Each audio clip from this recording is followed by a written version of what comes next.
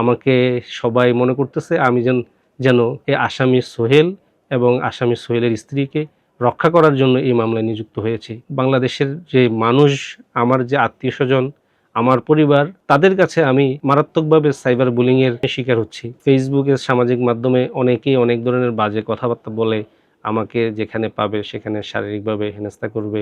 সবাই আমাকে ভুল ভাবতেছে। আসলে আমি এটা প্রত্যাশা করিনি। আমি এই পর্যন্ত যতটুকু আদালতের দায়িত্ব ছিল, একজন স্টেট ডিফেন্স লয়ার হিসেবে আমি আমার দায়িত্বটুকু পালন করেছি বলে আমার মনে হচ্ছে।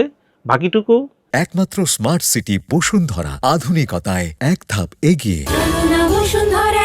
আদালত বিচার করবেন, বিশ্লেষণ করবেন।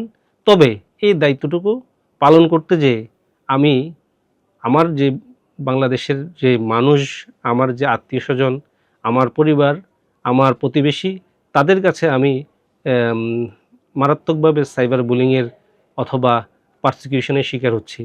আমাকে সবাই মনে করতেছে আমি যেন টাকা পয়সা খেয়ে অন্যায়ভাবে লাভবান হয়ে এই আসামি সোহেল এবং আসামি সোহেলের স্ত্রীকে রক্ষা করার জন্য এই মামলায় নিযুক্ত হয়েছি। আমি পারিবারিকভাবেও মানসিক চাপে আছি। আমি আমার পরিবারকেও বুঝাইতে পারি না, রাষ্ট্রের মানুষজনকেও বুঝাইতে পারি না, আমার প্রতিবেশীকেও বুঝাইতে পারি না কেন আমি এই মামলায় একজন স্টেট ডিফেন্স লয়ার হিসেবে নিযুক্ত হলাম। সবাই আমাকে মনে করছে যেন আমি অবৈধভাবে লাভবান হওয়ার জন্য, অন্য কোনো ভাবে লাভবান হওয়ার জন্য এই মামলায় আসামি পক্ষে স্টেট ডিফেন্স লয়ার নিযুক্ত হয়েছি। আমি রাষ্ট্র নিযুক্ত আসামি পক্ষের আইনজীবী, ঠিক আছে, কিন্তু আমি কখনোই আসামি সোহেল রানা বা তার স্ত্রীর নিযুক্ত ব্যক্তিগত আইনজীবী না। আবার স্টেট যেহেতু ডিফেন্স লয়ার, এই কথাটা তো এইটাও না আবার যে আমি এই মামলায় আসামিদের বিরুদ্ধে কথা বলবো। আসামির পক্ষে যদি কোনো আত্মপক্ষ সমর্থন করার এভিডেন্স থাকে, আমি বিজ্ঞ আদালতে সেটা উপস্থাপন করব।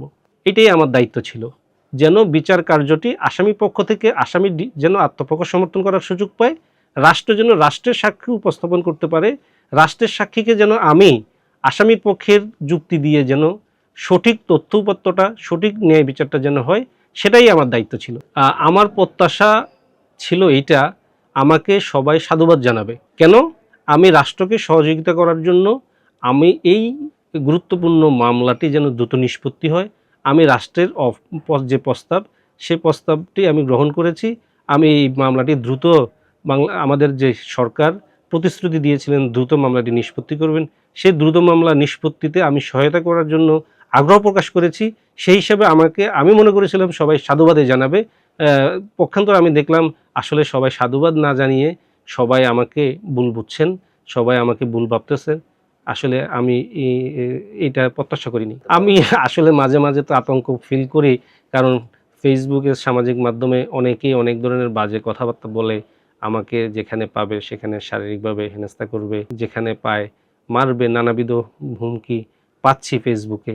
আসলে একটু আতঙ্কগ্রস্ত আছি, নিরাপত্তাহীনতাও ভুগছি। দেশের মানুষের উদ্দেশ্যে আমার একটাই অনুরোধ, আমার একটাই বলা, আপনারা আমাকে ভুল বুঝবেন না। আমি আপনাদেরই একজন, আমি এই সমাজেরই একজন। আমিও চাই এই সমাজে কোনো মানুষ রাস্তায় বের হইলে সে যেন ভয়হীনভাবে বের হইতে পারে। যত রাতেই বাসা থেকে বের হোক, আমাদের মা বোনরা, আমরা নিরাপদে আমাদের বাসায় যেতে পারি। আমরা যেন নিরাপত্তাহীনতা না ভুগি। আমাদের জন্য বাসা থেকে বের হওয়ার আগেই আমাদের মা বোনদেরকে, আমাদের কন্যা, আমাদের সমাজের অন্যান্য প্রতিবেশীদেরকে যেন ভয় না পেতে হয় যে আমি বের হইলে আবার নিরাপদে বাসায় আসতে পারবো কিনা।